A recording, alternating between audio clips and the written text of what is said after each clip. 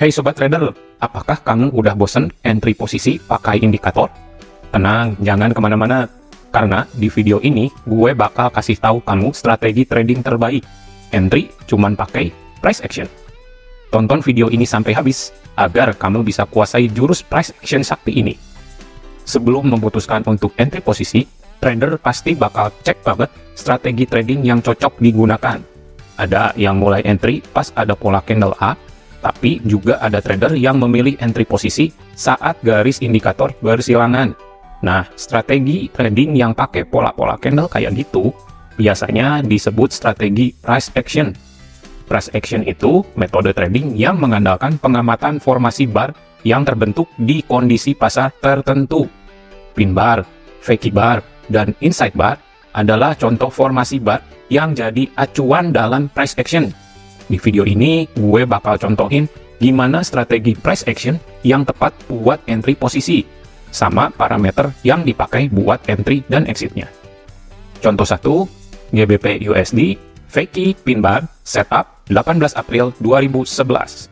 Berdasarkan chart GBP USD di atas, peluang yang bisa diambil adalah buy, dengan alasan sebagai berikut. Ada price action dengan Fakey Pin Bar. EMA 8 dan EMA 21 daily mendukung dan arahnya ke atas, jadi momentum buat open buy cukup tinggi. Di level sekitar 1,6150 garis horizontal, harga ditolak di hari saat pin bar terbentuk. Cara entry dan setting risk dan reward. Pasang pending order buy limit di level retracement 50% pin bar, sama level stop loss di bawah level terendah pin bar. Pasang di level break dari inside bar dengan level stop loss sekitar 50% level retracement pin bar. Cara pertama agak agresif, karena umumnya Fakey pin bar baru valid kalau level tertinggi atau terendah inside barnya kepleset. Tapi karena level 50% pin bar di atas level EMA 21, open buy di level ini masih mungkin. Setting risk reward ratio buat cara pertama sebaiknya 1:3. Dan buat cara kedua bisa 1:2. Contoh kedua, GBP JPY Fakey Pin Bar Setup 11 Mei 2011. Berdasarkan chart GBP JPY di atas, peluangnya adalah sell, dengan alasan sebagai berikut. Ada price action dengan Fakey Pin Bar pada 11 Mei 2011. EMA 8 dan EMA 21 daily mendukung dan arahnya ke bawah, jadi momentum buat open sell cukup tinggi. Di level sekitar 134 garis horizontal, harga ditolak di hari saat pin bar terbentuk, dan level itu sekarang jadi resisten. Kita bisa entry pakai pending order sell stop di level retracement 50% pin bar, kayak contoh 1 tadi, dan level stop loss di atas level tertinggi pin bar. Buat trader yang nekat, masalahnya adalah level support penting di 130, harus kepleset buat dapetin profit yang lumayan. Di contoh 1, itu bisa berhasil. Tapi di kasus ini, kayaknya trader harus puas dengan profit dikit atau bahkan rugi, sebesar resiko yang udah ditetapin di risk reward, misalnya 1:2 atau 1:3 kayak contoh 1 tadi. Nah, buat trader yang lebih hati-hati dan cuma mau open posisi setelah level support itu kepleset, pasti nggak bakal trading kalau kondisi pasar terus kayak digambar di atas. Itulah contohnya penerapan risk dan reward dalam trading forex. Contoh 3, Euro USD inside bar setelah false break 24-25 Mei 2011. Berdasarkan chart Euro USD di atas, kesimpulannya antara lain, pada 23 Mei ada false break bar di level support 1,4000.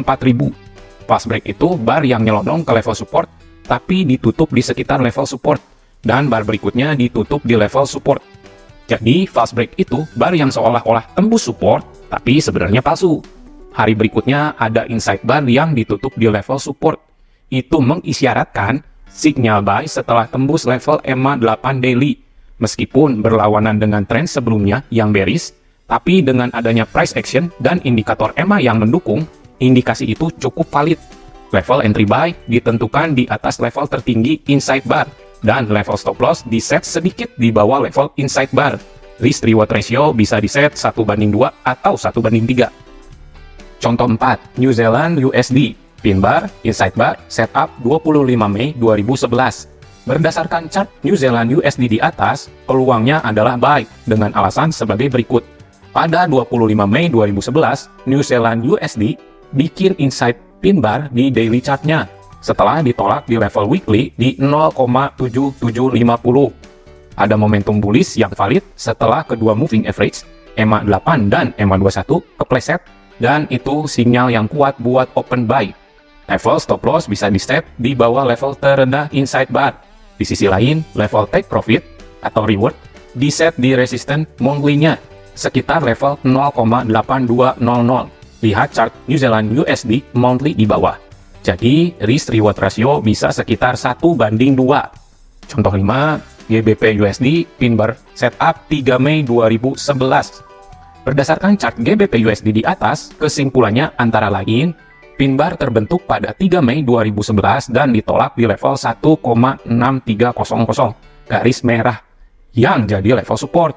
Pin bar juga udah tembus EMA 8 dan EMA 21. Tapi kalau dilihat dari tren keseluruhan, 3 hari sebelumnya ada bar yang gagal buat level high baru.